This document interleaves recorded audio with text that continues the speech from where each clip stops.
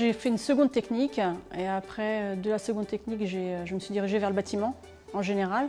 Et donc je me suis spécialisée en fait dans les énergies et les équipements.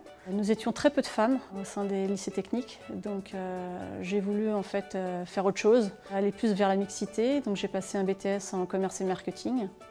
Quelques années après en fait, nos diplômes respectifs, l'oncle de mon mari en fait, l'a appelé pour intégrer l'entreprise familiale.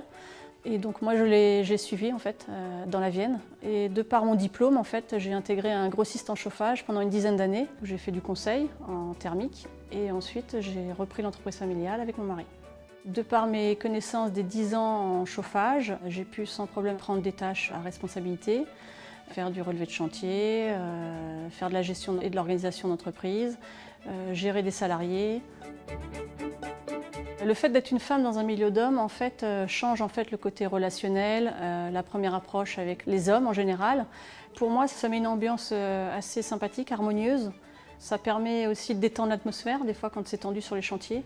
Moi j'apprécie en fait, d'être souvent la seule femme parmi beaucoup d'hommes. Mais maintenant, il y a de plus en plus de femmes qui font ce métier-là, hein, qui sont de plus en plus sur les chantiers.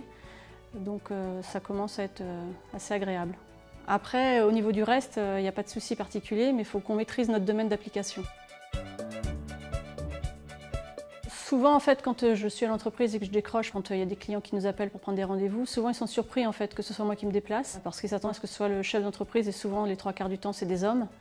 Quand je leur dis que c'est moi, bon, on sent qu'il y a une réticence au téléphone et puis après, une fois que je suis sur place et que je fais les explications et qu'ils sentent que en fait, je maîtrise le sujet, voilà, ça leur pose plus de problème.